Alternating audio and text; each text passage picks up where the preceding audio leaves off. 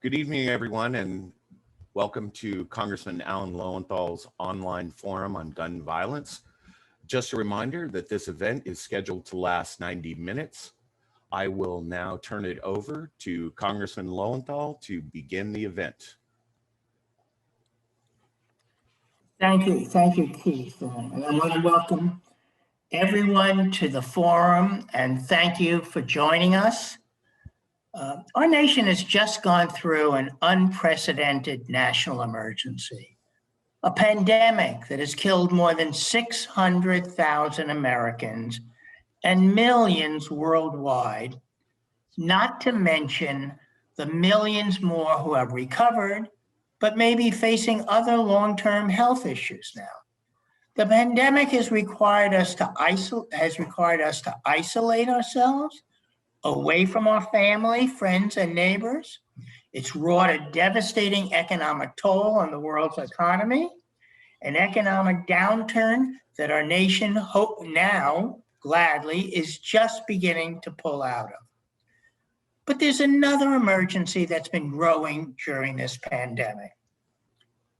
Since almost the start of quarantining in 2020, all indications show there's been a steady and dramatic rise in gun violence across the nation.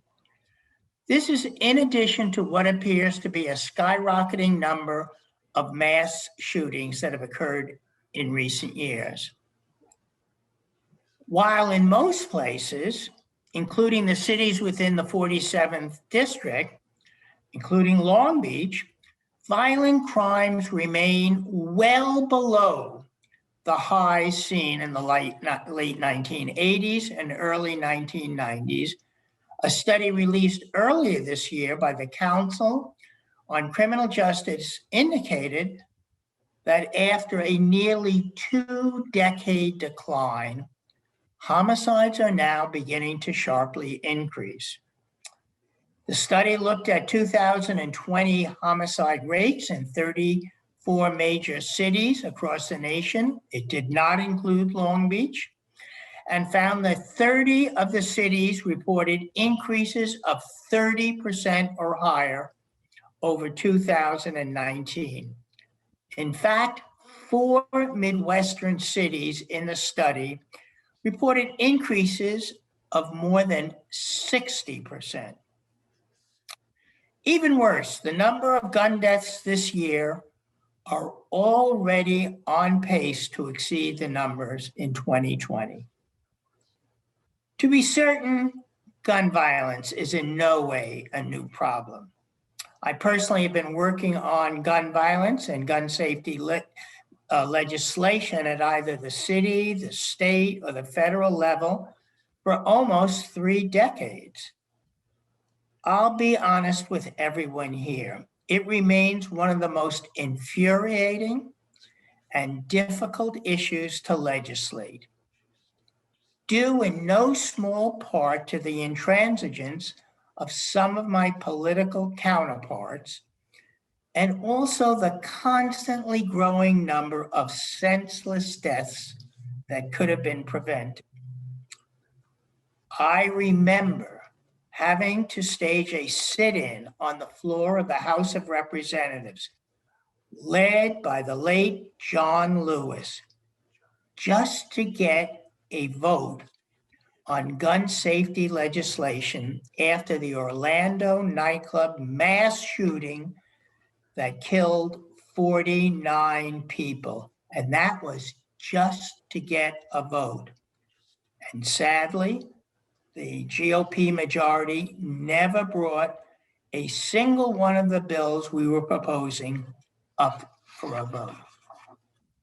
But this evening, this forum is about the questions that the audience has submitted. And I want to thank so many of you for submitting your questions for today's forum. I would like to say we can get to all of them, but we've tried to pick out the questions that were most frequently asked by most people. These questions center on 3 main topics: trying to understand the increase, what is occurring, what is the cause of the increase, if in fact you believe it is occurring, and what do we do to address the increase? To discuss and answer your questions from a federal, local, and community perspective, I'm joined this evening by an amazing panel. First is Long Beach Police Chief Robert Luna, who first joined Long Beach PD in 1985 and has served as chief since 2014. Next, we have Brian Gilhooly of the FBI, who serves as the special agent in charge, what we call the SAC, of the Mission Services branch of the Los Angeles Field Office. A former Navy SEAL, SAC Gilhooly joined the FBI in 2002 and before he began his current role, previously served in FBI leadership roles focused on such areas as street gangs, terrorism, and counterterrorism. Also joining us from the FBI is Supervisory Special Agent Adam Smith, who in his 12-year tenure with the FBI has primarily worked out of the Long Beach FBI office, and for the past 4 years has overseen the Violent Crime Squad out of the Long Beach FBI office. I would also like to welcome Peggy McCrum, who is the president of the Long Beach chapter of the Brady campaign. She is also the immediate past president of the statewide Brady, California. In addition, we are also joined by Shirin Senegal, who is a co-founder of the Long Beach Peacemakers, the Long Beach Peacemakers, and founder of the nonprofit Ronnie's House, named in memory of Ronnie Senegal, who lost his life to gun violence in 2016. I also want to welcome former Long Beach City Council member, Steve Neal. Steve is a faith-based community leader. He is a co-founder of the Long Beach Peacemakers and is currently the vice president of the Port of Long Beach's Harbor Commission. Lastly, please welcome Dr. Bida Ghafouri, who is the director of the Long Beach Trauma Recovery Center. The center is a joint effort between Cal State Long Beach and St. Mary's Medical Center with the goal of providing trauma and mental health care for victims of crime and their families while removing barriers to care for underserved victims of crime. Thank you to all of you for being here. Just before we begin this program, I want to thank my senior advisor, Derek Mims, and my communication director, Keith Higginbotham, for their hard work in making tonight's event possible. Now let's get to the program. First, I want to give each of the panelists a few minutes to give some opening remarks, and then we will spend the rest of the forum discussing and answering the questions that you, our audience, has provided to us. I now turn the event over to Police Chief Robert Luna. Welcome, Police Chief Luna. It's a pleasure to see you. Good evening, Congressman. It's always a pleasure to see you, and I really want to thank you and your staff for acknowledging this very difficult and challenging issue. I love the fact that we're addressing it at this level. It's very, very important, and thank you for putting this panel together. My name's Robert Luna. I'm the Chief of Police, and Congressman, you already introduced me. I also wanted to acknowledge that I'm the Western Region representative for Major City Chiefs, representing 9 Western states and 20 major cities. So obviously I'm in constant contact with the chiefs from those cities and our organization. In the introduction, it said, why am I here?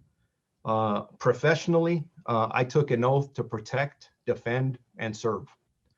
Personally, I'm a man of faith, and this is my ministry. I could find myself nowhere else other than here and what I'm doing. I want to just talk a little bit about the philosophy of our department going into this. Our department's fully engaged and emerged in trying to prevent and impact violent crime in our city and our region, specifically gun crime. We are absolutely victim-centered.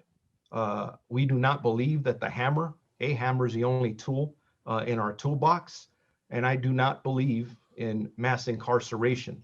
And we do believe in some criminal justice reform, but that'll come up as the conversation goes on.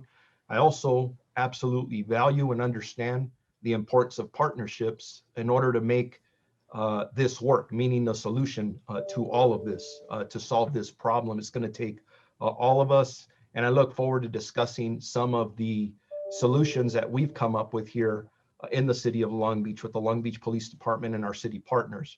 And then I just want to wrap up. Anytime I talk about violent crime anywhere, I always want to acknowledge that there's been a lot of trauma by each and every one of the victims that goes through gun violence. And not only the victim, but their families, their neighbors. And then I also want to acknowledge the police and firefighters who are first responders. It takes a big toll on them when they see these tragedies. And then our local hospitals, St. Mary's, Memorial, Community, their medical staff and what they see on an everyday basis. And with that, sir, I will turn it over to the next speaker. Thank you, Chief Luna. I'll now turn it over to SAC Gilhooly of the FBI.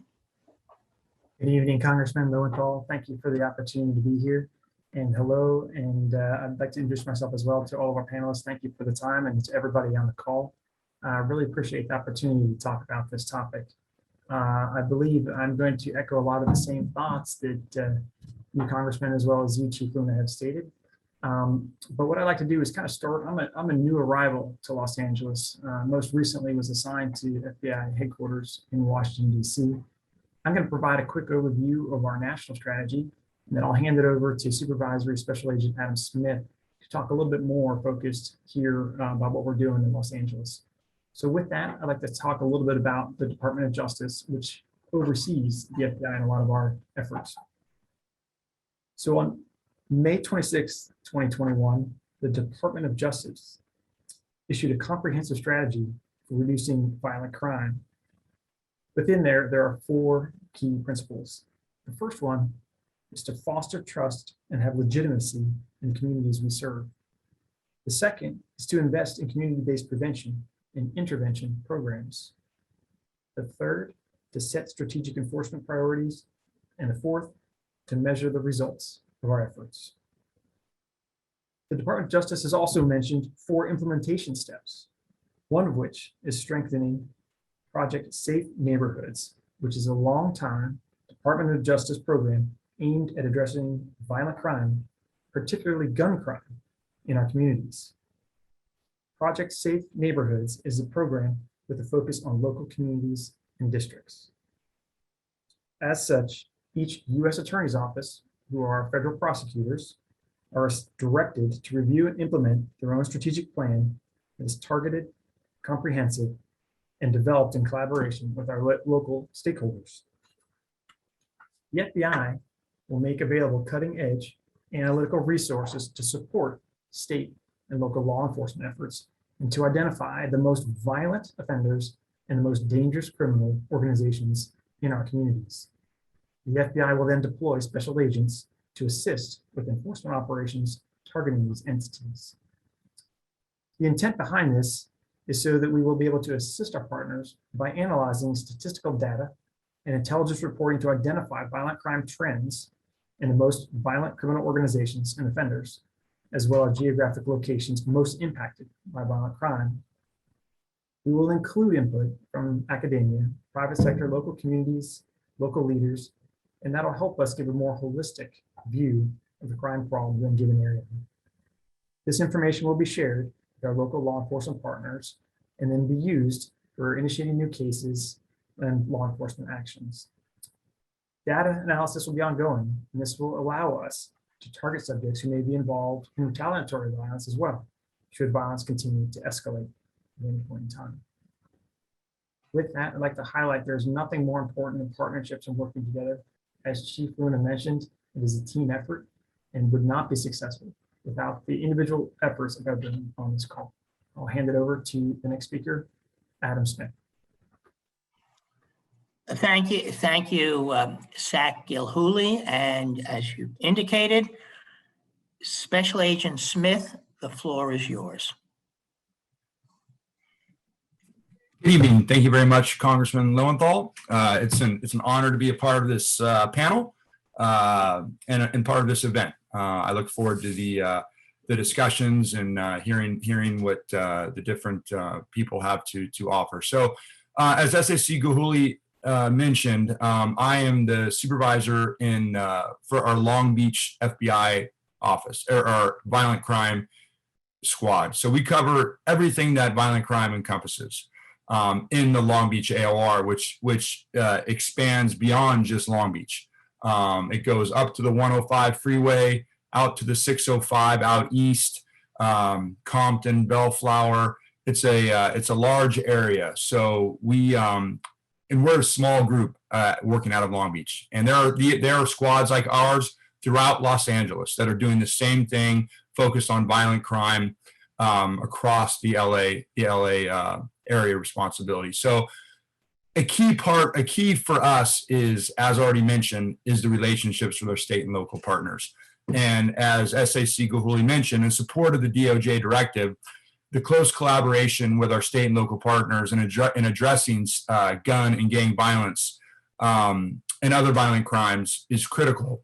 And our goal is to disrupt and dismantle violent gang offenders and even one-off offenders that are carrying out violent crime. And a big part of that is through our FBI-led task forces, our Safe Street task forces, which we can touch on more later. But we have a wonderful working relationship with Long Beach Police Department. We have several of their officers that are deputized task force officers that work with us, and we cannot do our job nearly as effective without their participation in that task force. And we have that with multiple agencies across Los Angeles, LAPD, LA County Sheriffs, as well as smaller police departments as well. So we are committed with all of our resources that we can bring to the table, combating violent crime, gang-related crime, and whatnot. And it's an honor to be a part of this and serve our community and the citizens that we represent. So thank you, and I'm happy to be a part of it. Thank you, Special Agent Smith.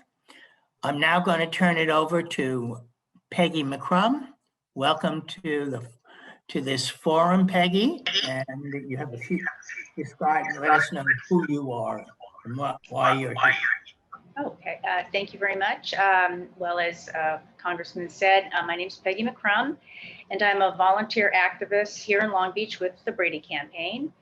And as other people here probably have the same story, I became involved with gun violence prevention after my brother Robert was shot and killed in a robbery walking to his car from the store. And my brother's death just devastated our family, and it was just emotionally crushing for everyone that knew him, because he was just the nicest man and a good person, and was beloved by his family. So since his death was so senseless and tragic, I wanted to get involved in making changes to our country's gun laws and attitudes regarding guns. So I joined Brady. And a quick story of the Brady Campaign is we're a grassroots nationwide organization that works with the courts, communities, and Congress to reduce gun violence. And here in California, our gun violence prevention activists have helped reduce gun violence in our state by supporting the passage of sensible gun laws, connecting with our legislators and community representatives, and educating the public about the dangers of guns in the home and in our communities. As was mentioned before, gun violence was really high in the 1990s nationwide and also here in California.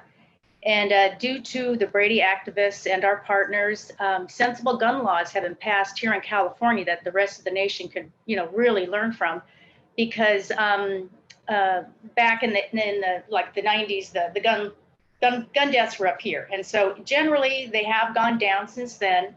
But while the nation's remained, reduced, California's been reduced about 4 times lower than the rest of the nation. And the reason we've done that is because we have laws like we complete background checks at every point of sale. There are no gun show loopholes here in the state of California. There's a 10-day waiting period between when someone buys a gun and when they receive the gun, because what happens sometimes, people will buy a gun when they're angry or depressed or going through an emotional crisis. So it gives them 10 days to calm down, maybe get some help if that's what they need. And also in regard to mass shootings, California still has an assault weapon ban because the nation does not have one anymore. It was termed out, but California does have one. So you cannot buy a new assault weapon in the state of California.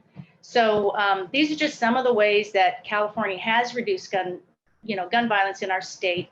And I really appreciate the congressman putting this forum together. And I really appreciate his work for decades in reducing gun violence while in the state of California, now in Washington, D.C. And I just thank everyone so much for being here because it's a tough issue. It's hard to keep meeting new people that have lost someone to gun violence, knowing that there's more that we can do. So I just thank everybody here so much for trying to get more done. Thank you, Peggy. Now I'm going to turn it over to Shirin Senegal. There you are, Shirin. Welcome. Thank you so much, Congressman. Love that smile. Thank you so much for acknowledging. I think that's one of the main things that we need from our political leaders. Oftentimes it's challenging on a local level to get our leaders to admit that we have a gun violence issue. Sometimes I think they think it takes away from their own leadership, which I do not agree with. I think that if we acknowledge, like you have, it gives us the opportunity to heal what's going on. And that's really where I want to start. We hear a lot of data about gang violence. We hear people have been released out of prison, so that's why the crime has gone up. But as an advocate, I want to challenge us to go to the root of why we got here. I want us to start with the healing. Black men, gun violence has been a leading cause of death for young Black men since 1969. 1969, that's the year I was born. That was shocking to me when I read that data. And so Ronnie's House and with the LBC Peacemakers, our goal is to bring the community together with the resources that they have, with the mental health support that's so needed in supporting our youth. There is no mistake that if we look at our communities that are living in poverty, that are living in inequity, that the gun violence is higher. So I want to challenge our leaders, including Chief Luna, who I admire and respect and who I hope to work with, that when we say it's gang violence, how did these kids become gang members? How did they get there? And what do we do to get to the root so that no more kids get there? Rather than saying it's gang violence, let's put it up on a shelf because it doesn't affect the rest of our community, because it does. Or when we say early release, people have to be released out of our prison system. But unfortunately, Congressman, we don't have the tools to help them to stay home. 75% of people being released are returning to prison. So from an economic perspective, it's a lot more stress on our economy to house people in prison than it is to invest in them to get them back into society.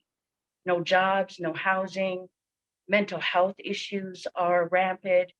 And so we have to not dismiss these things that are all elements And I think that that's key for us to address that. The other thing I think that's important, and I'm going to wrap it up for us, is we need to come together to start cross-community and cross-racial healing. There's a lot of divide in our communities, both locally and nationally. And I think we take for granted simplicity of healing. It's complex, but it's simple. That's healing within our cultures, healing within our police department, because there is a lot of tension, right? Healing within our government officials and communities so that we're able to get to the root of gun violence. And to wrap it up, you caught me when you said it was hard for you to legislate this. I agree. When I took it on as an advocate, where do I start? What is gun violence prevention? But the more that I learned, it's the work that many of us advocates have been doing for years. We need investments in our youth and in our communities. And that's how we begin the healing. So I appreciate you allowing me to join the conversation, and hopefully as a village, we can bring down this gun violence. Thank you, Congressman. Thank you, Sharon. And now I'd like to turn it over to Steve Neal. Welcome, Steve. Good to see you. Good afternoon or good evening, Congressman, and I want to thank you for, one, your continued leadership in this area, and two, for bringing this together. My entry into this space, and my good friend Robert Luna mentioned it, as a minister and a faith leader, unfortunately, I deal with this quite often throughout my professional career.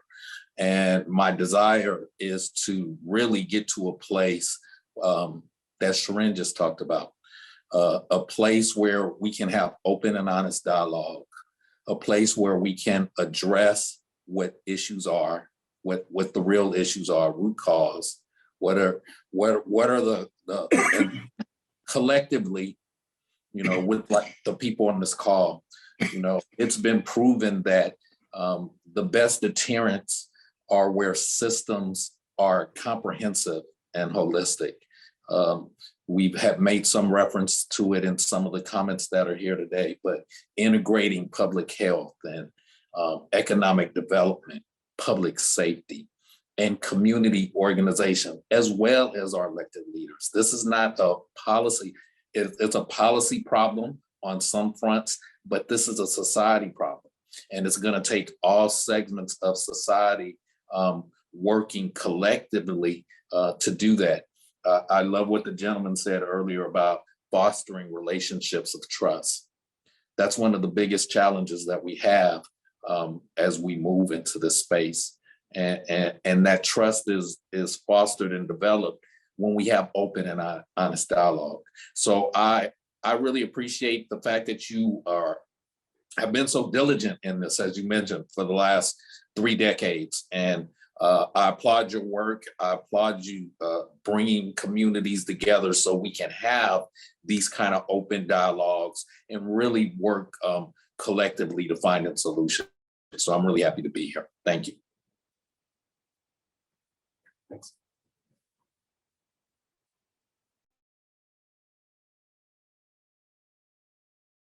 You're muted, Congressman. You're muted.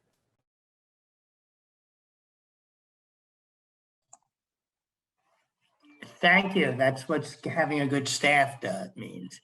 And thank you, Steve. And I'm pleased to turn it now over to Dr. Bitta Ghaffari, who is, as we talked about before, is the director of the Long Beach Trauma Recovery Center.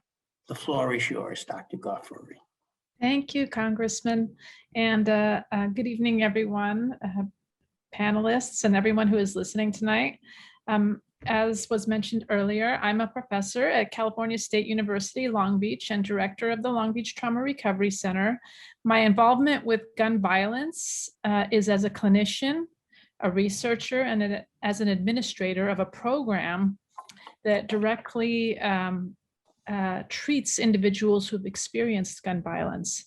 My research over the past 2 decades has focused on the mental health impact of exposure to traumatic events such as gun violence, disparities in access to care, And I hope we are able to talk about that a bit more this evening. And clinical interventions to reduce the mental health impact of violence exposure.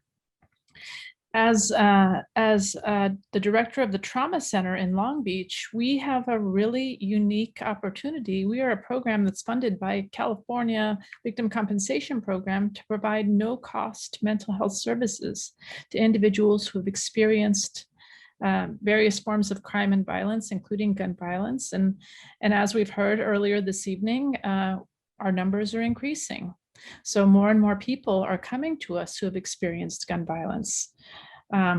We provide evidence-based therapies, and we track individuals to see if they are actually getting better.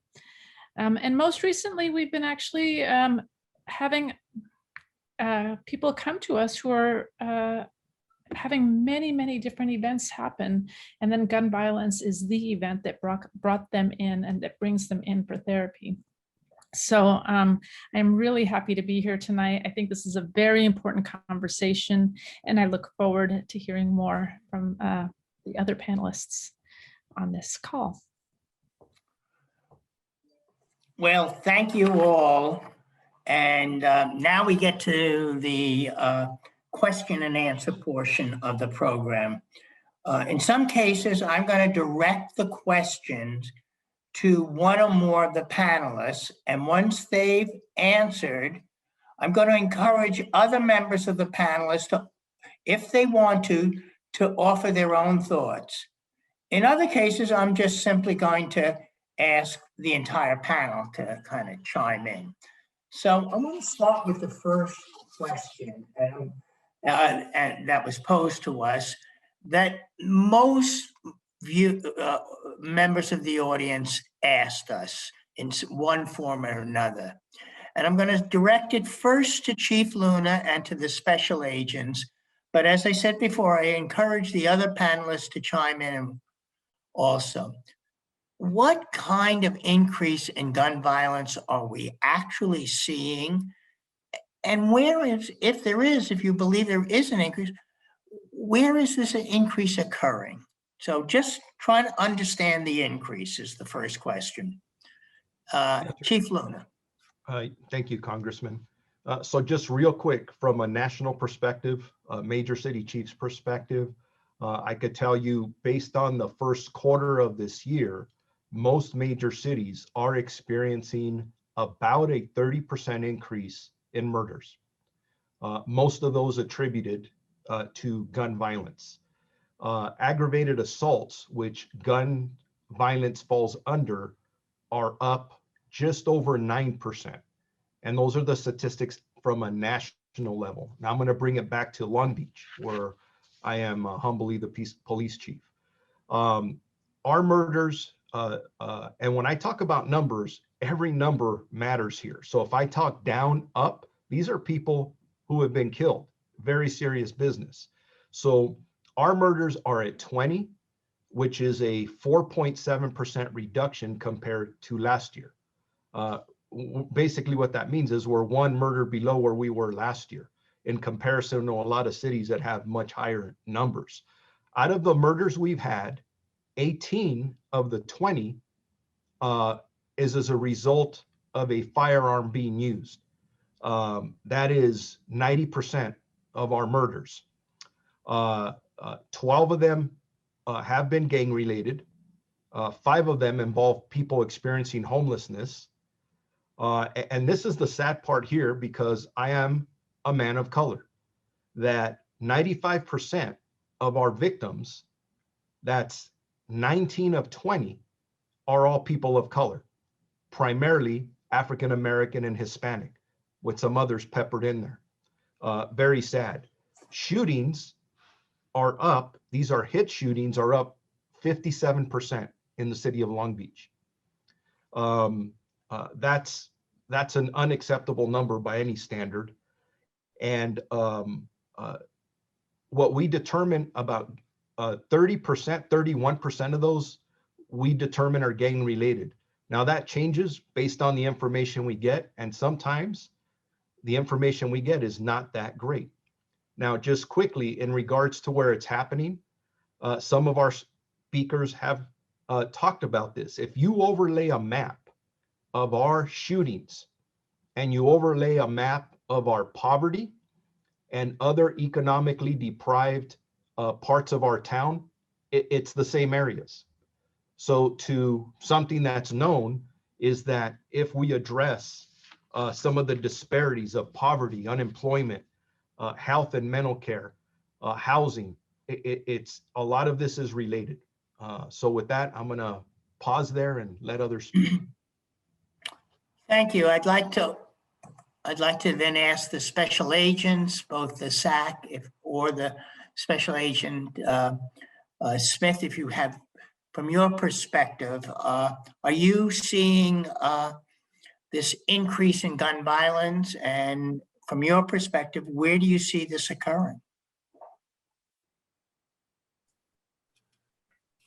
Yes, I would obviously agree with the chief as far as where it's occurring. I think that's pretty undeniable. I mean, it's the data speaks for itself where these violent incidents are taking place. I mean, we're not out on the street every day like they are. I think it's safe to say with the stops that they are making, even when there's not maybe a shooting involved, but just the amount of guns that are on the street, and they stop someone and there's an interaction, and I hear the secondhand accounts of, oh, another gun was seized here, another gun was seized there. And it's just the amount of guns that are out on the street is really disturbing. And obviously the worst case scenario where the gun is being used in furtherance of a crime or a violent act where someone is injured. And I mean, that's obviously what we're out to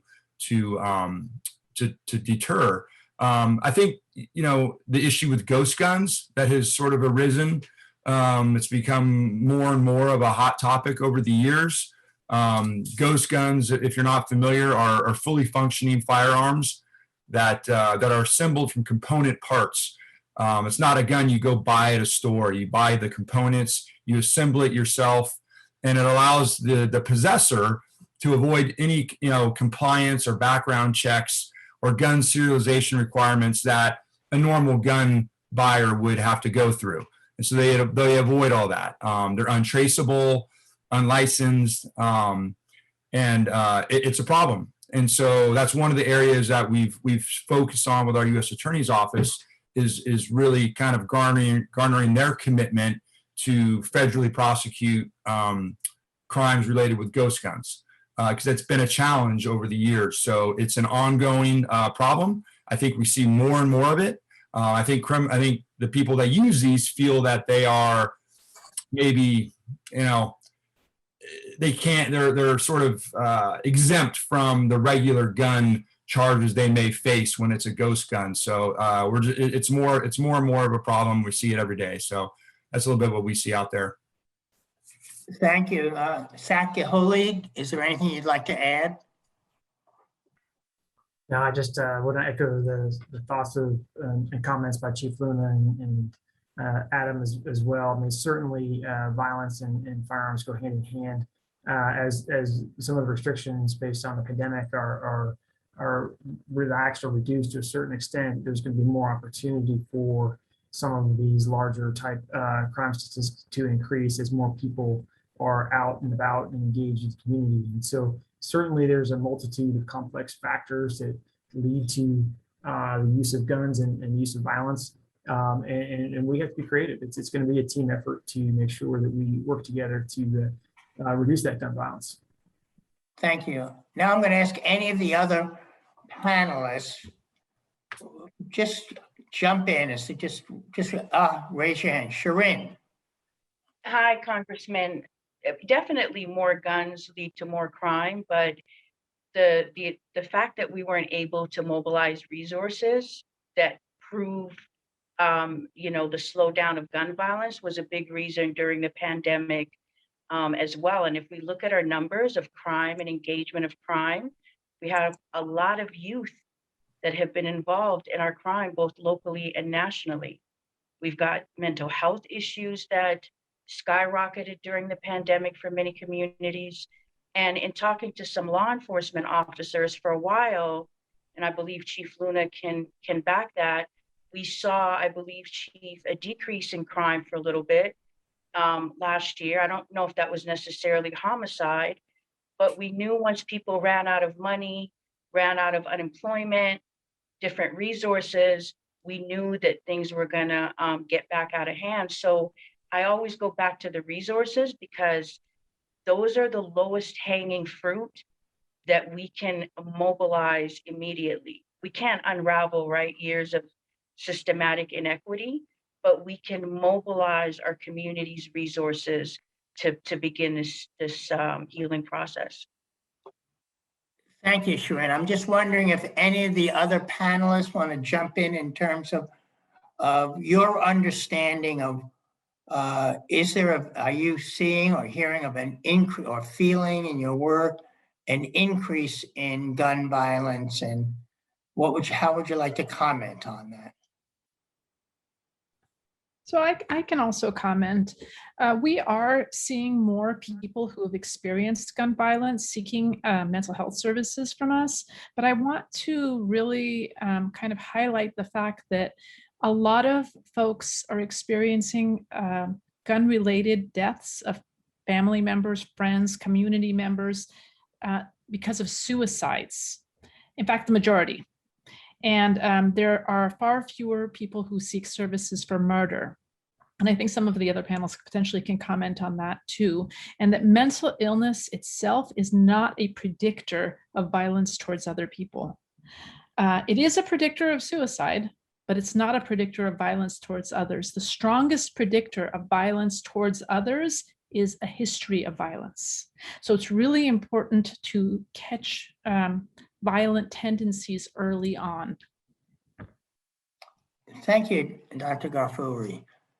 All right, let me move on then. If we past just kind of understanding, is there an increase in what's the cause of this? I think you've already talked about this, but let's see. For example, one of the issues that many of the people who are in the audience have written in, and they suggested, not all the people, but a significant number, that several California laws, such as prisoner early release, are a contributing factor to the increase.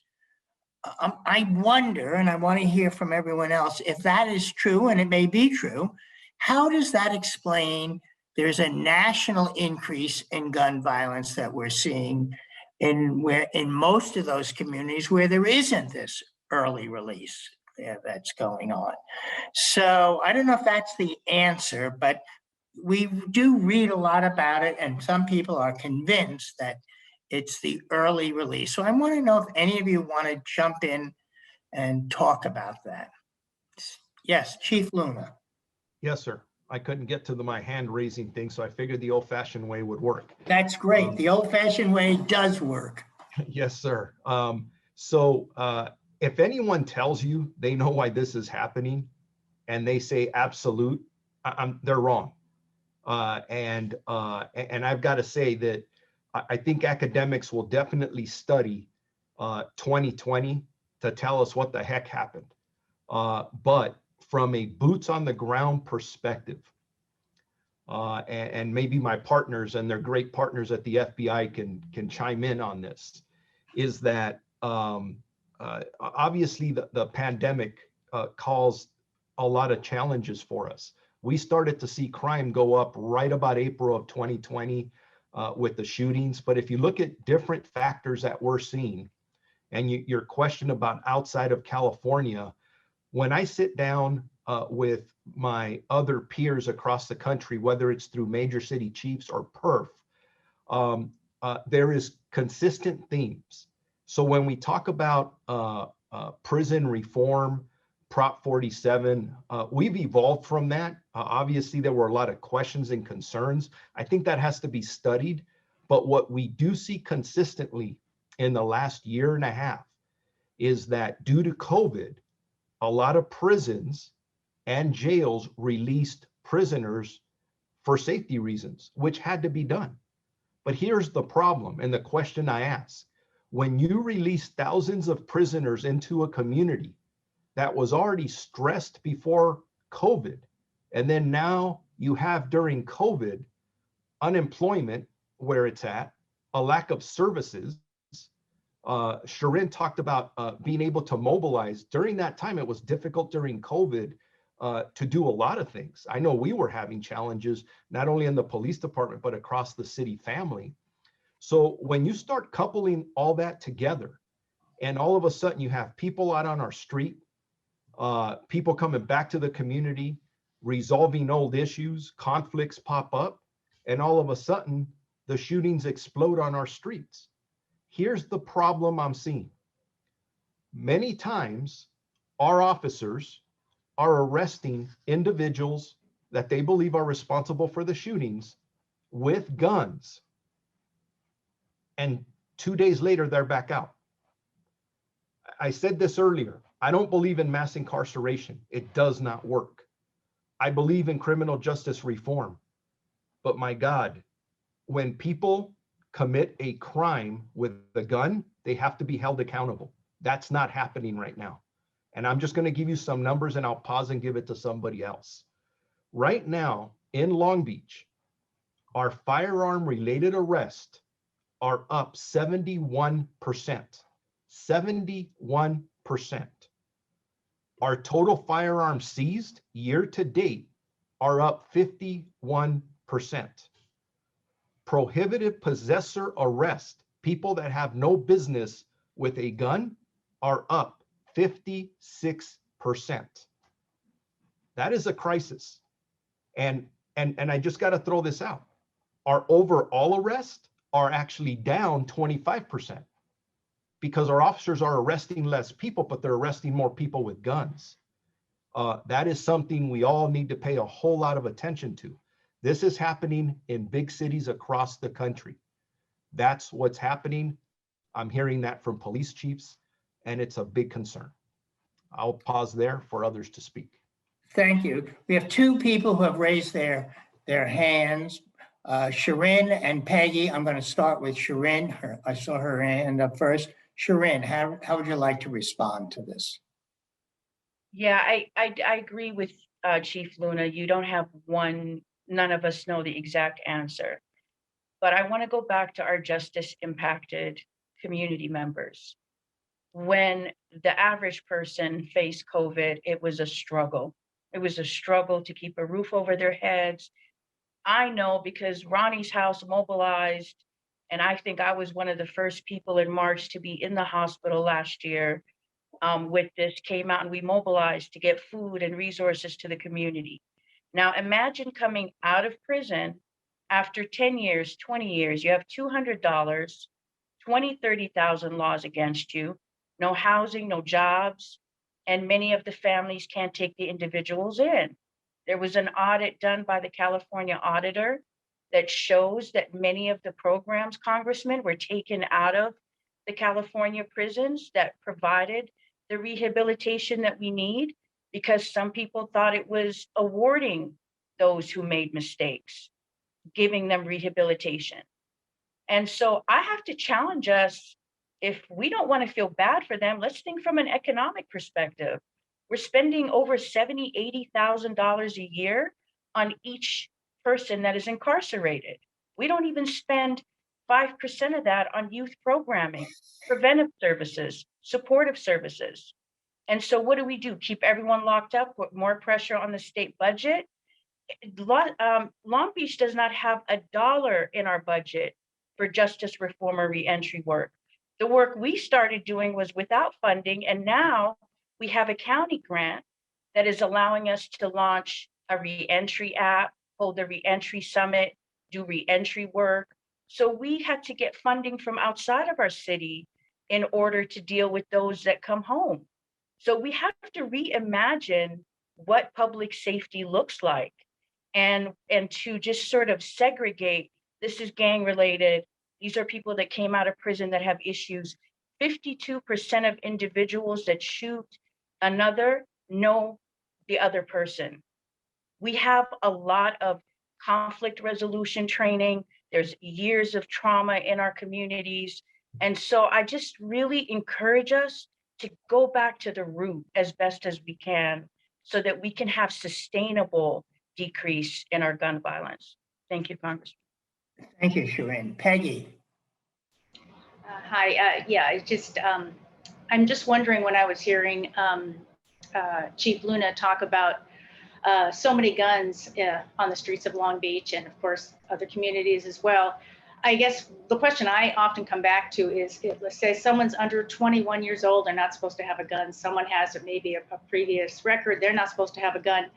Where are the guns coming from? Because in our work, it does seem like there are certain dealers, and it's hard to find out which dealers, but certain dealers that may be knowingly selling guns, knowing that they're going to go on the illegal market. And then also the topic of ghost guns came up. I know the Biden administration is talking about trying to put some kind of controls on ghost guns, but I'd like to ask the FBI and other law enforcement, Chief Luna, where do you know where the guns are coming from? Do you know how people are getting these guns that technically shouldn't be having them in their possession? All right, before we move on to Steve, let's answer that. If anybody wants to. Let me start off really quick. So 2 weekends ago, before the 4th of July, in a 3-day period, there were 6 guns that were taken off the street, 2.5 days. All of them were taken off in traffic stops. Out of the 6 guns that were taken, 4 were ghost guns and 2 were stolen guns. One of the stolen guns was used in the Pike shooting with the 3 victims that were shot. And by the way, the individual who shot them was 15 years old. That was a stolen gun out of LAPD. I'm challenging the media to follow these cases through the criminal justice system, to see what the DA and the judges do. Because right now, and again, I do not believe in everyone going to jail. But if you're out shooting people, something needs to happen to you. So I'll give it up there for my FBI partners. Thanks, Chief. I think I could hopefully add a little bit more to what you were saying. For your first point, I absolutely agree that it is a complex set of factors which leads to increases in crime statistics. There's no one thing that does that. And ultimately, it will take time to determine which are the primary motivating factors over time. The second thing you talked about is holding people accountable. There is no right answer on this one either. There has to be a line, however, that there is a penalty and people are held accountable for violent crime. When we talk about some of the lower level crime and what the impact is on the community, certainly devastating. But when we look at the violent crime, especially the firearms and the violence, that is exponentially worse. And so it is demoralizing for not just law enforcement, but for members of the community when you know that your loved one has been affected by violent crime, and that person is then back out on the street in several days, or they're looking at a penalty of less than time served or something of that nature. So it is a balancing act. I would continue to find additional information from the victims and how they feel about holding people accountable for violent crime, because I believe from their experiences, they will tell you that there should be laws and people should be held accountable for violent crime. Yeah, absolutely, Brian, and I completely agree with everything Chief Luna said, and I can confidently say we hear that exact sentiment from all of our local partners across our area that we work with, and I'm confident to say across Los Angeles, with the exact same challenges, exact same concerns, that they're out there doing their job, trying to keep their community safe, arresting violent offenders, and these violent actors are released within days, if not hours, and back on the street. And don't kid yourself, they know the game. They know exactly what's going on, and they're emboldened by it. They know it's human nature, right? If I can do A, B, and C and get away with it, well, I'm going to continue to do it and do it even more. because they know that the result is going to be minimal. The accountability and the punishment is minimal. So we hear that same sentiment from everybody, and that's an area that we can come in with from the federal side, and we can touch on that in a little bit. But pursuing firearms cases federally, which can have a much bigger impact as far as putting people away, violent offenders that are using guns in furtherance of crime. So, thank you. Thank you, Steve Neal. Thank you, Congressman, and I love this dialogue. You know, some of the data that I've seen, and I'm sure our friends in law enforcement could verify this, and we touched upon it in this last segment, is that we're seeing a higher number of youth offenders, which points to a much greater issue. One, the question has just been posed: how are they getting access to firearms? Of course, it's going to be the lawless that indulge in lawless activity. So that in itself is a challenge that we need to address. But going back to one of the issues that Peacemakers was charged with is, how do we create collaborative systems, right, which address some of these issues, which address some of these youth issues, which address some of these housing issues, which address some of these economic issues, because all of these are factors in some of the things that are being played out right now. We're in an environment now across the nation where municipalities and government agencies are now taking a deeper dive, just like the Congressman is doing today. And how do we address these issues? And then how do we formulate the kind of collaborative that can really make a difference? And that's what attracted me to the work that Ronnie's House was doing, because of the executive director's passion in this area.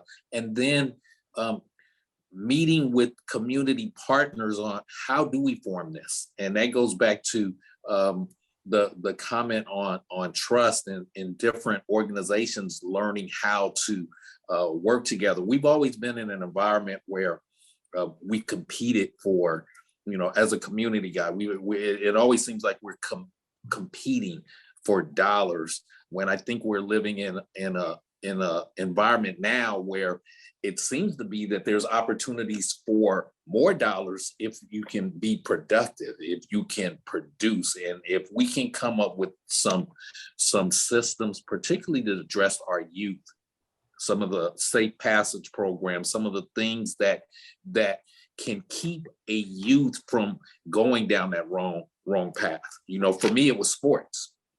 I could have gone either way, but there was parks programs. There was the Sugar Ray Robinson boxing program. There were all these kind of things. And over time, we've lost that. We've got to come to a place where as a community, we're trying to reach back and tap on these youth and provide them outlets other than illicit and illegal activity. Thank you. I think that, is there anyone else who wants to jump in? I think we've pretty much touched a lot on the, and understanding the increase in the cause, but there was one question that the audience, many people in the audience have asked, and I think it's important that we follow up, even though some of you may have already responded to that. And I'd like to hear people's perspective. We hear that in the late 80s and the early 90s, there was a tremendous rise in violence in this country. And then that came down a great deal until recently, and that's what we're talking about. Not that there was no gun violence, but that the amount of gun violence dropped significantly from the 80s and 90s. And now we're beginning to see a rise again. I just would like to, many of our people in the audience would like to understand what's the difference between now, or what's the similarities between now and the late 80s and 90s when we saw all this gun violence. Why there was a tremendous rise? Is it the same issues that we're beginning to touch on, the same causes? I'm just wondering, and as I said, this question was asked by many people who wrote in. Why? What's the difference? And what's the similarities between the late 80s and early 90s, if there is any? Anybody want to jump in and try to answer that? I know this is probably more speculative because but Peggy, I'm going to ask you to start with. What you've been working on this for a long time now, and what is the difference between now and the 80s and 90s when we saw such a large difference? You know, I can only speak to what I know made changes in the state of California. And as I mentioned at the beginning, California laws do seem to have, prevented a lot of gun deaths. I think one of the big issues is, at least in California, seems to be very effective, are background checks for all gun sales. And I know Congress is definitely working on some legislation. It's getting stalled in the Senate. But if we could have a situation where every gun in the United States went through a thorough background check, a completed background check, we could really prevent a lot of people that are maybe angry or depressed or, in whatever mental state from getting a gun and either harming themselves or other people. So I think that's a lot of it. And I think there's been a recognition of mental states and gun violence, as some other people have mentioned. In California, we have a gun violence restraining order. Some places call it ERPO, other words.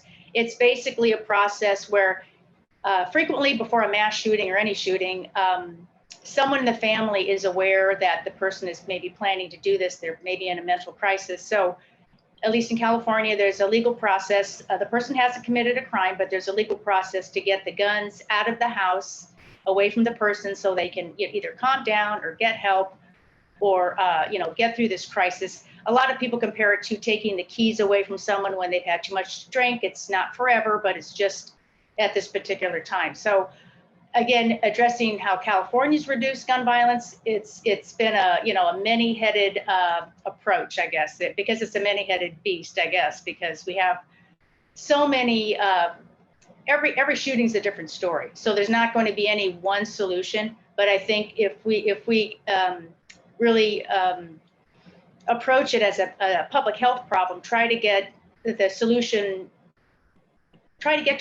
before the shooting occurs. So, and I can't exactly address why it's going up again, other than in the last year or two, there has been some economic insecurity. Certainly during COVID, people are economically stressed in their personal lives. So I think a lot of it is, as other people have mentioned too, economic insecurity and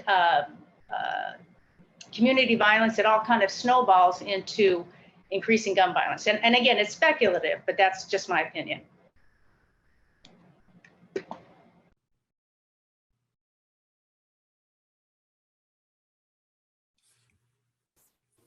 Steve, did you raise your Congressman, hand?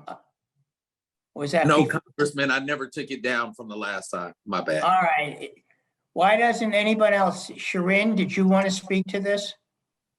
Yeah, I actually did a little research on that when I got your question earlier. And I called a couple of, and maybe Chief Luna can educate us on that. I spoke to a couple of law enforcement officers today, and they said that in the 80s, 90s, it was more around the gangs with the crack epidemic and drug sales. And that was really what was fueling a big part of our gun violence. He also mentioned to me that the 3 strikes law, not that I fully agree with it, but that was probably one of the reasons that curbed it, right? But the pandemic, I mean, we cannot take away from the fact that gun violence is the cancer, the effect of all of the inequity. And I think when the epidemic hit, it sort of froze those resources, not sort of, but froze the resources that were keeping us, or keeping the gun violence not down, because it's never stopped, but not as high as it's gotten. So from what I see, and again, I'm not an expert, is that the economic inequity and health inequity got to a boiling point in these last couple of years. And so I hate that we got here, but I think it's put us in a place now where everything that we've known, that the research and the people that have worked to show us is in our face and it's bright. And so we really have to deal with it moving forward. But that's what I see. Thank you. You know, we've all of you have touched upon this, but the area that our audience who is watching this were most concerned about was, what are we going to do now? What do we want to do now? And I'd like to hear from everybody else. How are we going to deal with this increase in gun violence, which seems to be going in the wrong direction? I think Steve mentioned some things before about that. So I'm going to ask either Steve or anyone else, all of you, what should we be doing now? What are the steps that we need to do? That is the driving issue for most of the people watching this this forum. So you're on. Even though it was Chief Luna said, if anybody thinks that they know a simple answer what's caused all this, you're wrong. It's a complex, but still, even given that, what do you see as the next steps of what we need to do now? We're, you know, in a complex situation where there's no one right or wrong or one step, but that is the issue that I think most people tuned in to this because they want to understand what can we do now to deal with this issue. So I'm going to start with you, Steve. What do we do now? Sure, Congressman, and I appreciate the question, and I think I did touch upon it early. You did, I think, and a lot of you have touched on this, but it's worth repeating because that in the form that because people want to know what we do now. I think one of the first steps is creating a broad system, right? A system that is comprehensive, that deals with housing, that deals with employment opportunities, that deals with public safety and community-based organizations that can help. You know, we've talked a lot today about people coming back into the population and a lot of those people come back and maybe for whatever reason, they can't get work. They can't get employment. They can't get housing. What are they going to turn to? If we really put together a comprehensive way to address people that have been justice impacted, I think that would curtail to some. And it's just such a broad challenge, but I think it has to be a collective approach. It has to be approach, and we're seeing that. Sharon mentioned how the county is pulling together this collaborative. And again, that's what Peacemakers is about. How do we get people with the appetite that really want to do this work, get in, get their hands dirty, and recognize it's not going to be easy. It's going to be challenging, but we have to work together. And if there is political will to do that, then we can make a difference. But I think we have to have a really broad approach. It has to be county-wide or regional-wide. And we are so uniquely positioned in Long Beach to do this kind of stuff. We have our own health department, right? We're uniquely positioned. And I think the big thing for us is building the trust factor. And coming back to that point where the different groups that are involved in this don't feel like they are competing for resources, but will have the kind of resources that they need to kind of make the things pop, kind of make the things happen and have a willingness. I think we have to have that. You know, we have to have the involvement of Chief Luna and the FBI and the Congressman's office and the Brady group and the doctors really working collectively at real solutions, and then putting resources to them to make sure that it happens. And that won't happen even without community groups and others, but it's a broad constituency that has to be put together, and that's part of the challenge, because you guys all know how difficult it is to get people to work in unison collectively, but that's our challenge. Corinne? You know, Congressman, when I first started this conversation today, there was a part I didn't say, and that was the reason why I came here, but you mentioned it in your opening. The truth is my husband didn't just die of gun violence. I watched him die of gun violence. 5 bullets, and my husband's last words were, "I can't breathe," as I prayed for him on the ground. Gun violence is tormenting to the individual, to the community, to your loved ones. It changes you, it wires you different. Our youth, a report that I read, under 15 years old, have 16 times a higher chance of dying of gun violence than 25 industrial countries combined. We have an incredible youth plan in the city of Long Beach, led by people like Eli Romero, that needs investment. We have $400,000 or $500,000 in our budget that goes towards youth. And with all due respect to the police force, and I'm not in any way saying defund the police, Chief Luna, I'm just saying your budget is about $400 million. And so when we look at how we're investing, we're not investing to build safer communities.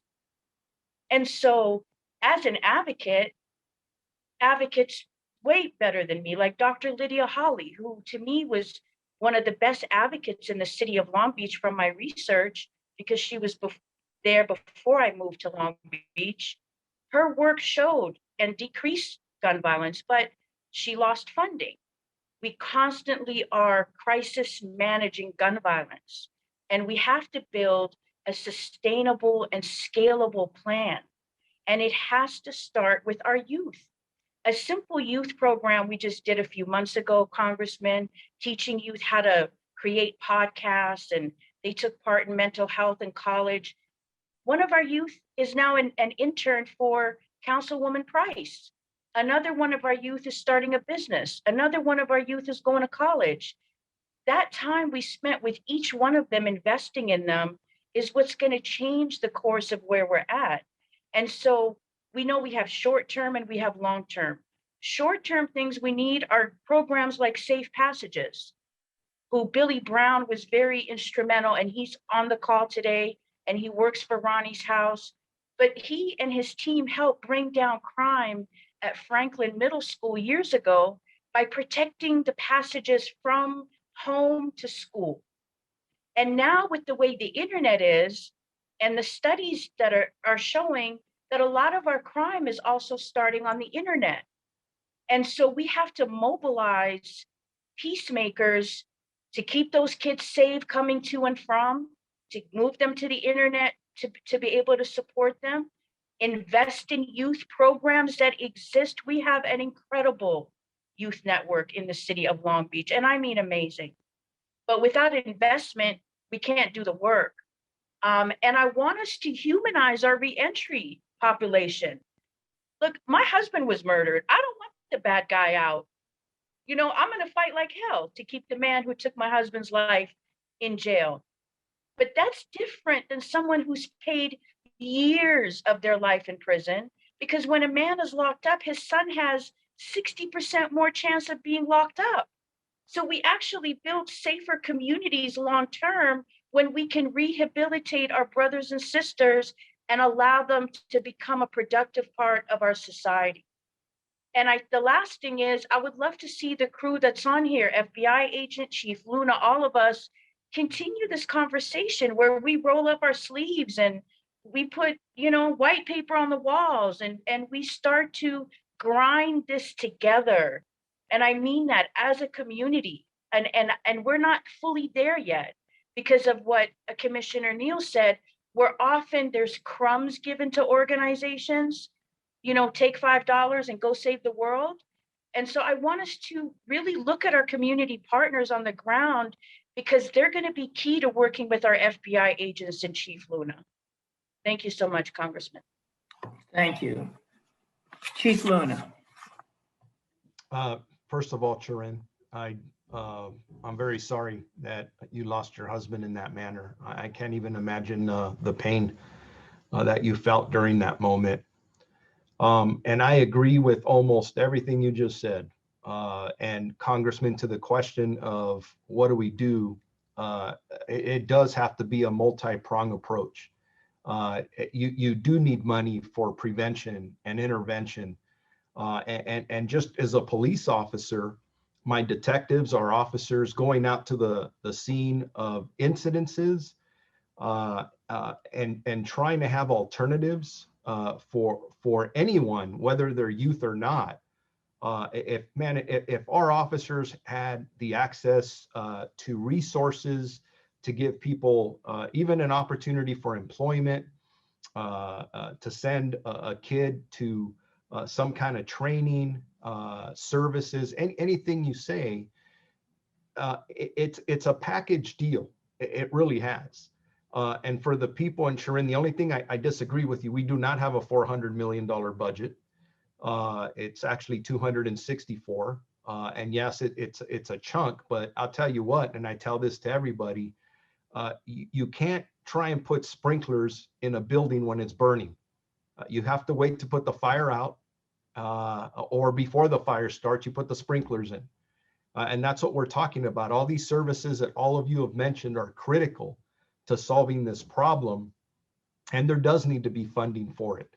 But are you really going to take it from individuals who are out there we're the only service other than fire that's out there 24/7, who responds to all kinds of issues and challenges that all of you have mentioned, right, wrong, and different, alternative responses. Yes, we're at the table discussing all that, but you just can't start it one day and begin the other day with something else. It's got to be established. It's got to be funded. It's got to be working, and then we transition. Yeah, it's all of us working together, and I accept your invitation to have further conversations other than this phone call. It's the only way we're going to get somewhere, is if we talk and understand where we're all coming from. For example, for us, we're starting again a midnight basketball program.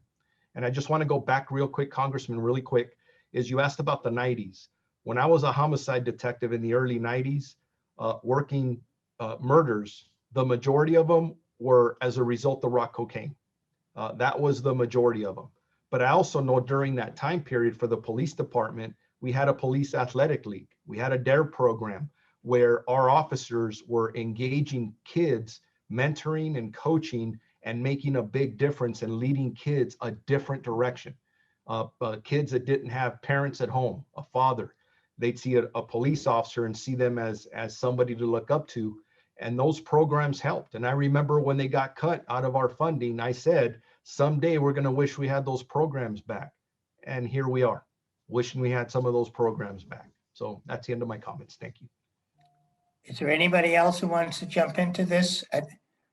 If not, I'm going to move on to the next one. And obviously, what I've heard so far is this is just the beginning of our community-wide discussions. And if we really want to solve this problem, we've all got to get involved and listen to each other and figure out what the next steps are. But I want to go to talking about what potentially are some of the things that we can do and ask a question to Peggy. And we've already touched on this. You've mentioned some of the programs. And then I want to hear from some of the other panelists who want to chime in. Is it possible to solve these issues of gun violence with government legislation? And if so, what do you see as the most important legislation that we can be passing at every level? Oh, wow, that's a great question. Thank you.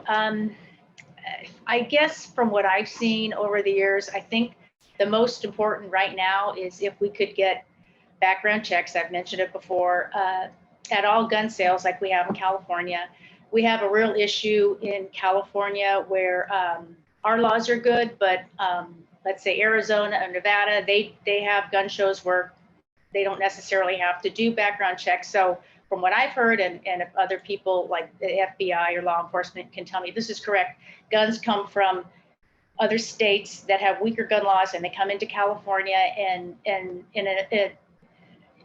undermined our laws. So for me, if we could have background checks at all gun sales, then we're sure that, you know, teenagers aren't buying guns, people that are prohibited are not buying guns. I think that would probably be the biggest. And then I think, as was mentioned also, ghost guns are a big problem. So if we could treat ghost guns like firearms, have background checks, make sure they have serial numbers, I think that would help a lot. Having said that, I agree with everything everyone said. It's a two-pronged approach. We have to go into the communities and solve the problems that are pushing people towards buying guns and committing crimes with guns, especially the young. It's so depressing, as when Chief Luna said it was a 15-year-old that had a gun and committed a shooting. And, you know, not only are the people that he shot are going to be affected for life, but now he's 15 and he's done this crime. So it's I think it's just so important to keep guns out of the hands of people that should not have them. Most people that own firearms are law-abiding. They hopefully store it correctly. They use it responsibly, but there's just an issue with people that shouldn't have guns that are getting them and ruining their lives and others as well. Is anyone else? All right, then I'm going to move on to Dr. Ghafouri.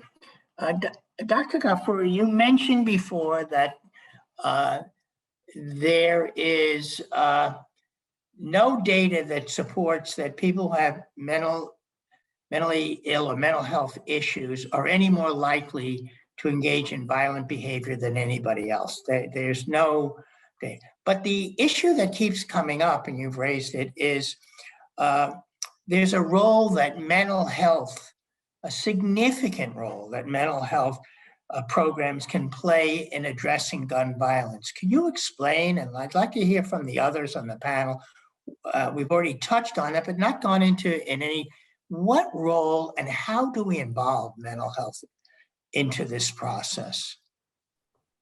Yeah, that's a really great question. And I think mental health programs are very critical to address the issues both in the victims and the perpetrators of gun violence.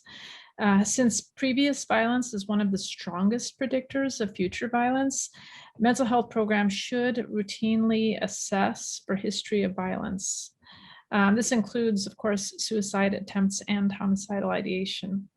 Another component that I think is very critical is providing education on the impact of exposure to both direct and indirect forms of trauma, such as community violence, domestic violence, sexual assault. Sometimes the first step opens up the door to further inquiry. If individuals or families have had exposure to gun violence and are experiencing distress, of course, therapy has been shown to be very effective. There are therapies that are known to reduce symptoms and help people to really become more functional in society. But of course, you know, this is such a multifaceted issue that, you know, I can tell you about the mental health programs that are effective, but I guess my true belief is that, you know, similar to what others have said, this is a multi-pronged approach.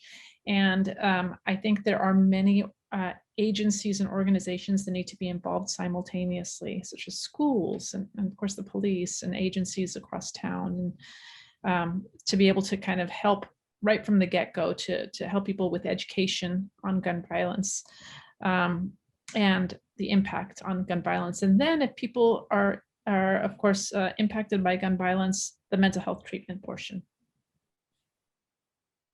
Anybody else want to address the issue in your experiences about what role that, you know, mental health either plays in the actual violence, or what role can mental health practitioners or others play in its prevention or treatment, and where do they get involved?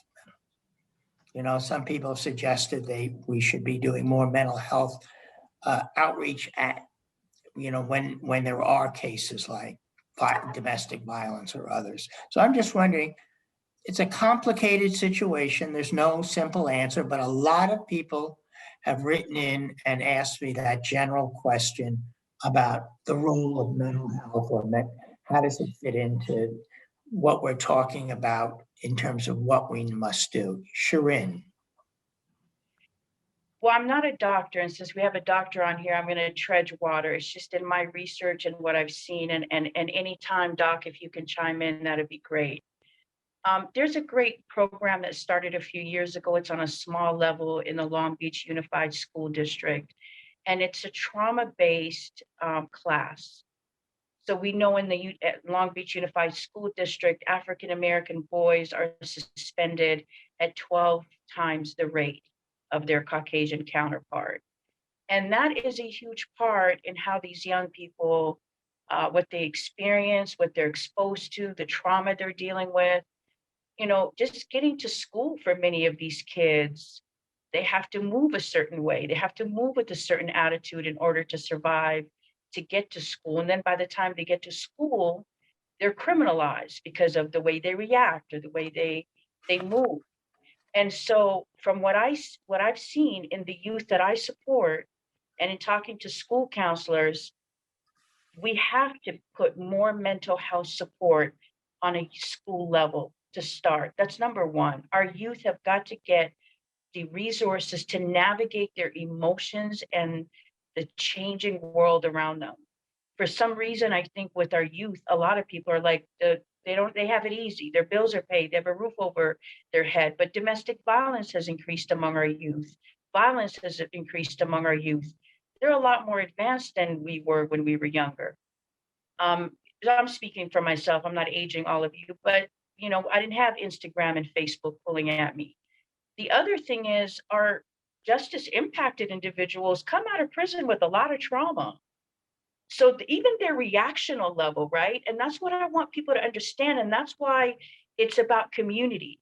So Congressman, someone that may not experience and have the PTSD, and there's certain mindsets of what respect should be, when they come into this free world, even when they walk into a store and someone's disrespecting them, or the way people move nowadays, they don't know how to react to that, or crowds or noises, and that's why 52% of individuals know each other when they kill each other. There's something there in the way that people are moving and not having that proper mental health support from the time that they're young. These young kids, youth of color, are experiencing, you ask them, do you know someone that died of gun violence? They know more people that have died of gun violence than most of them have been to the beach. And so we have to understand that this is entrenched. The trauma is entrenched in these youth. And there's a reason why young people of color are carrying more guns, right? Of the fears and all that comes with it. So I really truly believe in my work and what I'm seeing. And I've referred people to the Trauma Center. It's an incredible resource. So thank you for that resource in Long Beach. But I think we need to really invest in mental health, both not just what's occurring today. As soon as violence occurs, we're not getting the resources usually to communities of color. They don't know that they can get this type of support from the Trauma Center, but also start studying the ingrained trauma in our communities and how do we unravel that with the school system, with government, with community leaders. I fully agree, Shireen.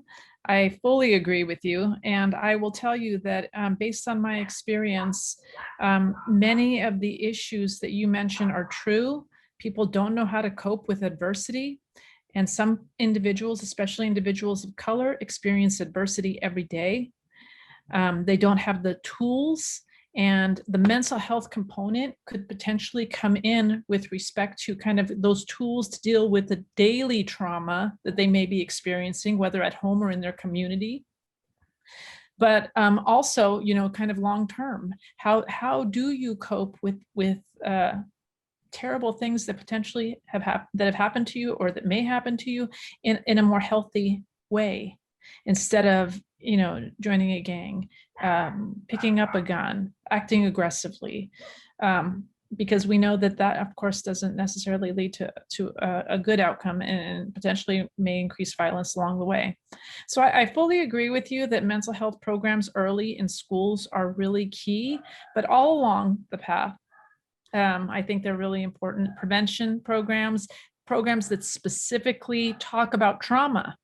So at the trauma center, one of our goals is we go through, and anybody who calls on us, and we've done this for the police as well, is we talk about trauma. You know, what exactly is a trauma? What are potential mental health issues that may come along when you have experienced a terrible thing, and whether directly or indirectly. And a lot of times that opens people's eyes to what they're feeling and what they're experiencing. And then if they need that extra help, they'll come and get it.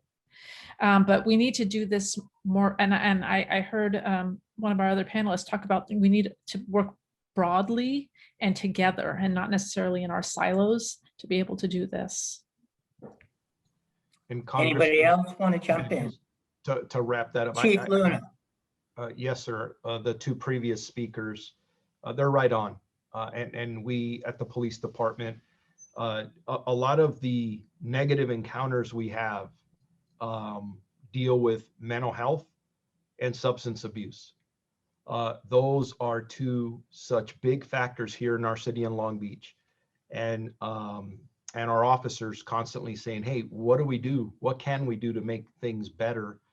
And so any sort of, whether we're talking about funding for programs, and it's not just kids, we're talking about the Long Beach Unified School District. Yes, they absolutely need the help. But a lot of times when we take those kids home, you should hear their parents and you're going, whoa, this kid doesn't have a chance. And that's sad. And we need to be able to help both the children and their families to be able to impact a lot of the challenges that we're talking about. In order for somebody to pick up a gun and choose to shoot it at you, there's issues there, deep rooted issues that we need to deal with as an entire community. We understand that. And I think a lot of effort needs to go into that area. Any of the special agents want to jump into this discussion in terms of what we need to do, how you can work with community-based agencies and community programs? And do you see that? Do you see some models out there of some cities that have done a great job of doing this? We do, and I would echo and agree with all the comments of the previous speakers. And they've presented many ideas that I think have a ton of merit and certainly are worth committing to and following through. So I also will be available to continue to participate in meetings like this in the future and continue the growth and the development of our relationships together. But going to your question, certainly mental health and having wellness programs and resiliency programs, those are necessary before trauma occurs, so people have those skills developed as well. And so I just wanted to add that is that all members of the group here would benefit, whether you're law enforcement, whether you're a victim, whether you're someone from the community. Resiliency and wellness programs, I do think we need to invest heavily in those areas in the future. Those are the key factors that give you those skills to be able to weather the storm and be able to react, to be able to be a functioning and high functioning member of society. So definitely enjoyed the conversation. Thank you for the invitation, and we look forward to continuing to grow our relationship together. Thank you. Thank you. We're closing, getting close. We're not quite finished yet. We're getting close. I'm going to ask, and I want to ask Chief Luna a question. You know, and this comes from me more than from any of the questions. All the other questions I've asked have really come from the questions that we've sent in. You know, we talked about what happened in the late 80s and early 90s.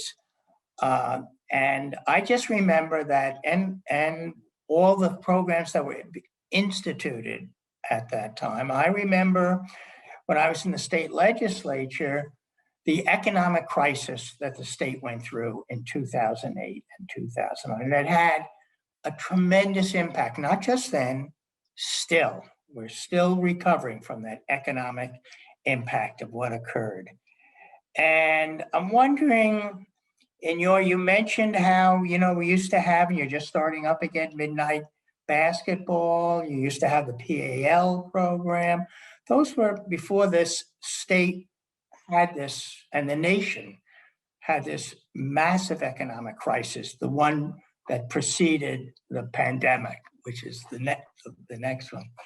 So the question I'm asking is, what do you see as a need? So for example, do we really, the programs that you mentioned are relationship programs, people, police officers getting involved. Do we need to expand our community, now that we're kind of coming to grips with this issue, our community policing effort to have much closer kinds of relationships with, not that we're not doing it, I'm just saying, is that one of the things that needs to be part of the answer? Yes, 100%, absolutely. For us, yeah, we've talked about arrest and enforcement, but honestly, the entire solution is not there specifically for the police. We need to engage. We have been engaging. We have our new neighborhood walks program that we instituted here in Long Beach, where we're paying officers overtime that work a beat on their days off to come back, get out of their cars, and their only sole job is to develop relationships. I want them to get to know the people where they work at a different level by first name. I want them to know their kids. I want people to look at this uniform and say, you know what, that is a police officer and you can trust them. Those are the kind of relationships, the kind of community policing that you can go back decades and decades of people talked about. And sometimes when you have the most complicated problems, you got to go back to the basics, the foundation. And foundation is people in partnership, people in relationships. That's how you improve crime. If an officer can communicate with somebody and a mom's having trouble with a 12-year-old, that officer can engage, figure out what the resources are, and hopefully connect them with other resources, whether it's mental health, maybe they're hungry, maybe they haven't eaten. If we can do that kind of work, we would be so much better off. And we did. We just went through a pandemic, one of the worst times in our country recently, and we got to give ourselves time to recover. But for the police department, that's at the top of our list of things that we've already started to. And I know it's controversial, but I just asked my boss, the city manager, for more funding to do more of that type of work in our not everywhere in the city, but our most impacted communities that we've all been talking about. Thank you for that question. Thank you. Anybody else want to jump into that? If not, I want to follow up on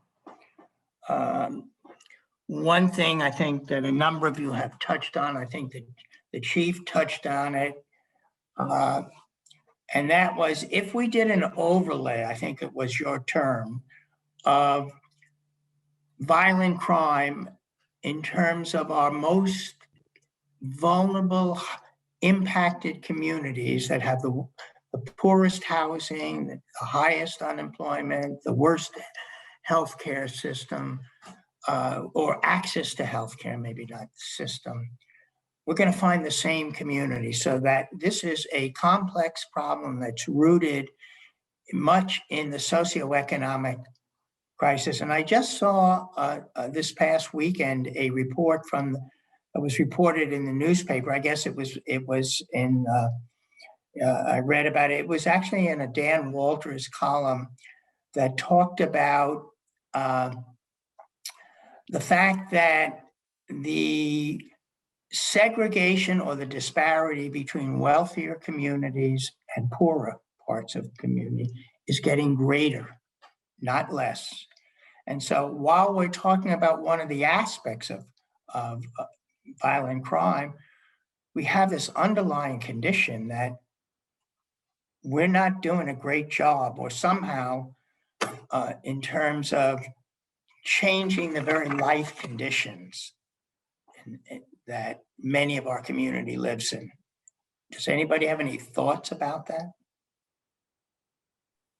Can I jump in? You can jump in, Sharon. I'm sorry if I'm taking space, just push me out. No, we like this community input. A discussion like this takes everybody to respond, everybody. You know, even what Chief Luna just said, like, there's a resource we created that we can give the police department. We created a simple booklet through the CARES Act funding that was a resource guide, 16 pages with food resources, mental health support. We have you in there, the trauma center. We have resources for all communities, seniors, teens, and we distributed 7,000 of these booklets in the city of Long Beach for people to get resources. We have got to do better when it comes to the economics, right? I'm in North Long Beach. I live in North. My business is in North, nonprofit is in North. And North and Central and parts of downtown in that 90813 have gotten the hardest hit. But we don't see the investments the same way, Congressman. It's a fight to get investments there. Thanks to Councilman, but now Vice Mayor Rex Richardson, he's pushed equity further and more so that the city of Long Beach can look at small organizations when they did not before to get the resources to our communities. So I think as a part of our safety plan, we should have an economic piece of that safety plan as we mobilize our stakeholders in Long Beach that can really go in on focus on our 2 to 3 communities to begin and see how that can support us. But I just cannot say enough about the divide. And we've seen it, Congressman, as well, because we support a lot of small businesses. So we've even seen that our Black and our Latino businesses suffered way more, closed longer, their types of businesses. And so there are so many effects economically. We saw that the job market, it was women, right? Women were out of jobs more than men. Black women struggling more. So there's economic inequities that we really have to keep pushing. And we're gonna need your help to make sure that those opportunities have the investment. Well, we're drawing to a close and I have a few more questions. Maybe I'll ask two more questions I'm going to ask. One is, if you can, because everyone that has written in or asked us about what we can do most people have said, are there specific community outreach programs or youth education or programs in addition to what we've generally talked about that have been demonstrated to be effective in gun violence reduction or reducing gun ownership? Is there anything that we know? And you may not know that, or may not have. And the second part is, what is one thing that you would have liked to have said that you didn't get a chance to say in this forum as we draw to a close? If there's something, maybe something you've already said that you just really want to emphasize. So the first is, what do we know that's worked, basically? And two, how would you like to make a statement at the end? You made a statement at the beginning in terms of what you want people to hear at this moment, or that you didn't get a chance to say. So you can answer any of those. I can talk about one program that has been shown to work, although there are very few programs that have research. And so we don't really have a framework for a comprehensive education or prevention program, but there is one program that has some research. It's called Straight Talk About Risks. And this is a program to reduce gun injuries and deaths by teaching students to make better, safer decisions on how to resolve conflict. And there is some research to support that program. It's one of the few programs I found that has some evidence to support it. Anybody else know of specific programs or programs that you just want to get out in this discussion that either we have evidence or we really haven't talked about it all enough?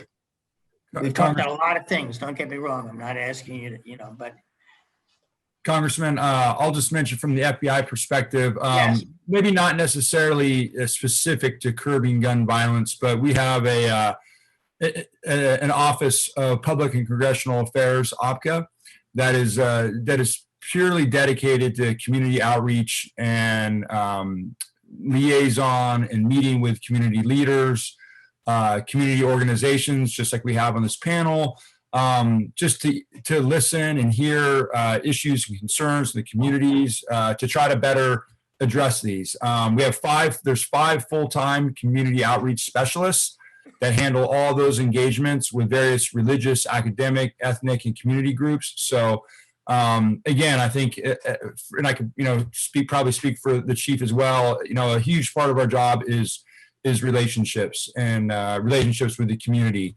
Without that, our job is virtually impossible. So that is of utmost importance to us, and something that we commit a lot of resources to. So. All right, is there anybody that wants to kind of, this would be the last thing, take this opportunity to either reinforce something you've already said or that you'd like to leave, or just some thoughts that you've been thinking, maybe in conclusion. Just on the Chief previous question, we talked about Pell, the other program we have in our city's Explorers.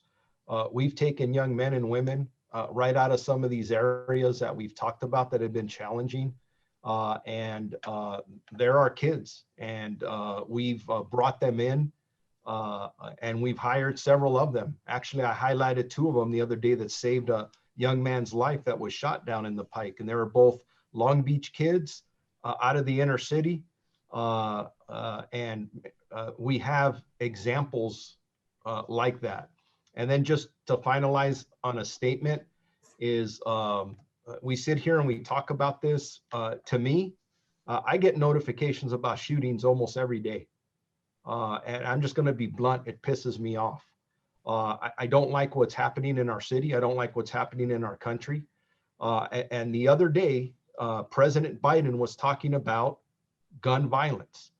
And guess what got more attention than Joe Biden talking about the epidemic of gun violence? Britney Spears and her conservatorship. We have a problem in our country when Britney Spears' conservatorship is more important than the epidemic of gun violence. And I think from that perspective, we do need to take it serious as a community. We need to let people know that it's important, it's a priority. And by the way, no excuses. It's unacceptable if you pick up a gun and you shoot somebody. That is unacceptable. That's the message that I believe needs to come out. That's the end of my comments. Thank you. Anybody else want to kind of say? Congressman, for past programs, the Weed and Seed was an excellent program from my research, and that was before I came. And again, I talk about Dr. Lydia Holly because there are always those that come before us that we learn from. And I did a lot of studying around her work, and she was instrumental in helping decrease the violence in Long Beach. So it's really important that we pull those programs that worked and see what we could do to bring people like Dr. Holly back to the table. And then just to close off, it's important for us to acknowledge that this is a public health crisis, even in legislation, both locally and on a state level. If we actually approach it that way, then we can approach it as a community.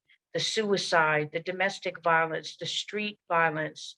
It allows our community to think differently and not say it's happening to them over there, the gangs. And even our resources that we would all be able to bring into Long Beach would be different. Programs that have also worked are programs called Focus and Safe Passages. They showed decrease in crime, but all of the people on the work, young men and women from the Central District that were doing Safe Passages were all volunteers and Focus. And so that program was not able to be sustained. Thank you so much, Congressman.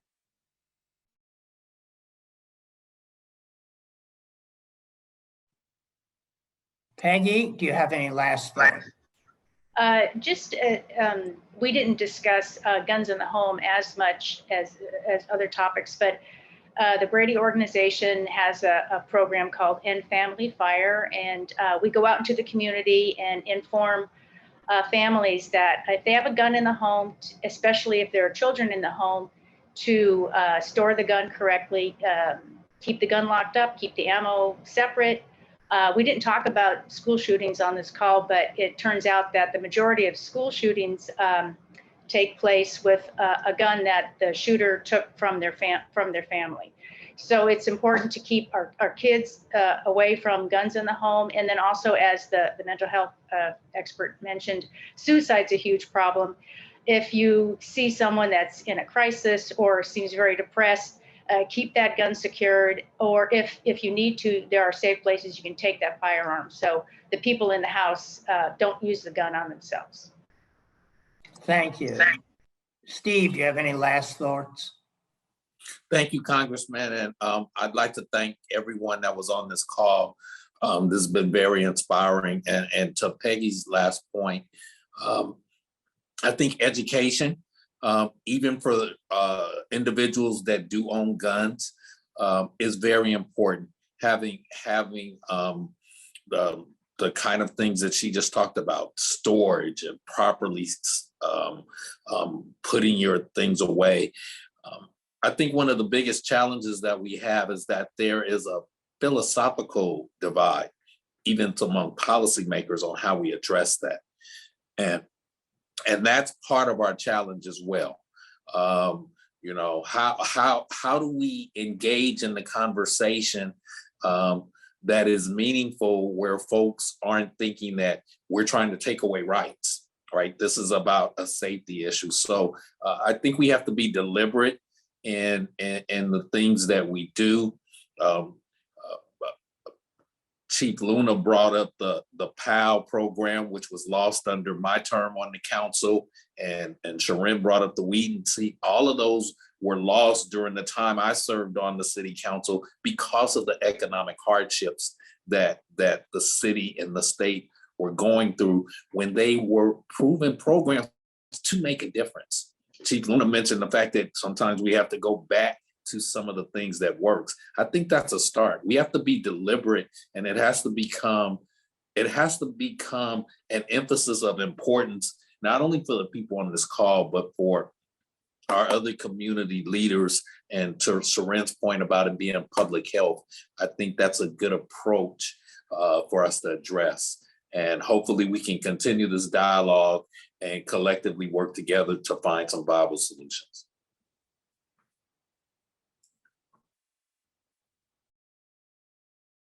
You're muted again, Congressman.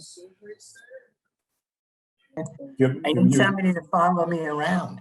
FBI, SAC, Gilhooly, or Special Agent Smith, any closing thoughts about how we make this work?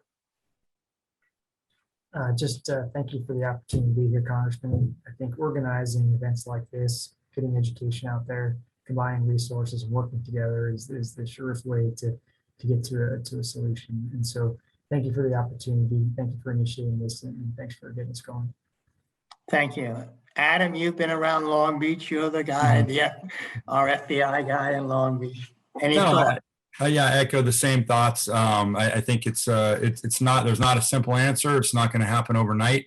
But it's a matter of working together, a collaborative effort, not an us versus them kind of mentality, but all of us working together to, everyone brings different skill sets and strengths to the table. And I think collectively that's a very strong team to really make an impact and make a difference. So it's the key is just continue moving forward and working together. Thank you for the opportunity. Finally, Dr. Ghafouri. Yes, I echo what all the other panelists have said. This has just been a wonderful conversation, and I think that we do need to continue the conversation and work with various stakeholders in the community to make a difference.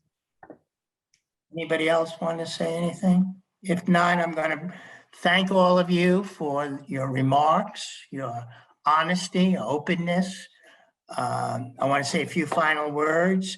I think to the people who are watching today, our panelists helped us understand why they're a little bit about the increase in violence, what it means, what are some of the causes. I think we learned a lot about that, and we heard about possible actions that we can take to address these.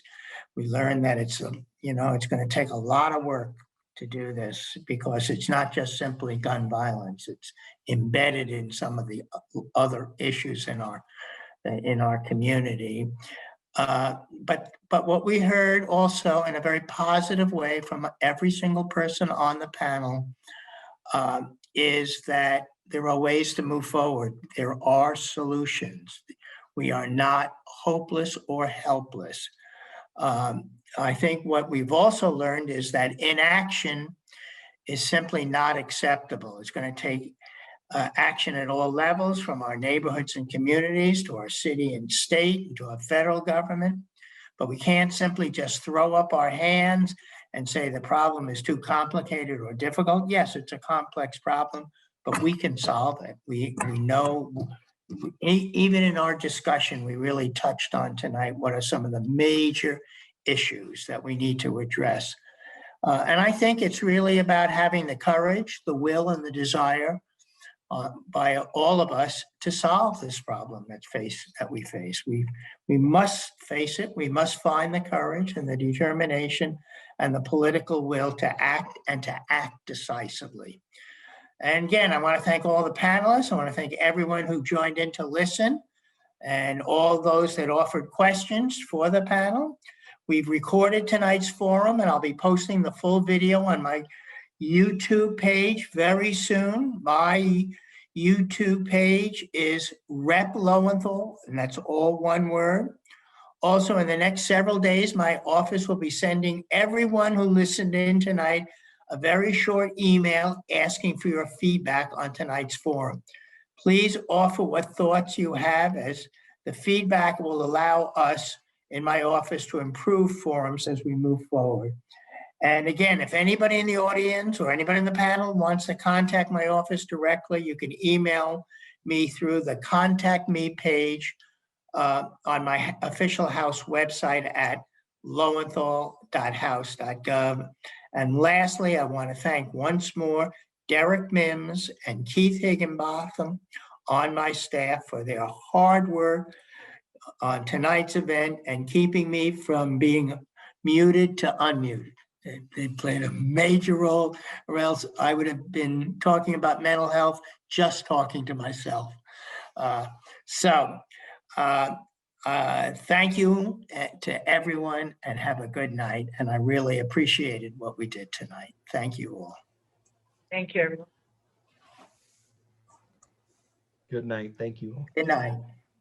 Good night. Thank you, Congressman. With that, we will officially end the event. And thank you again to everyone who joined in.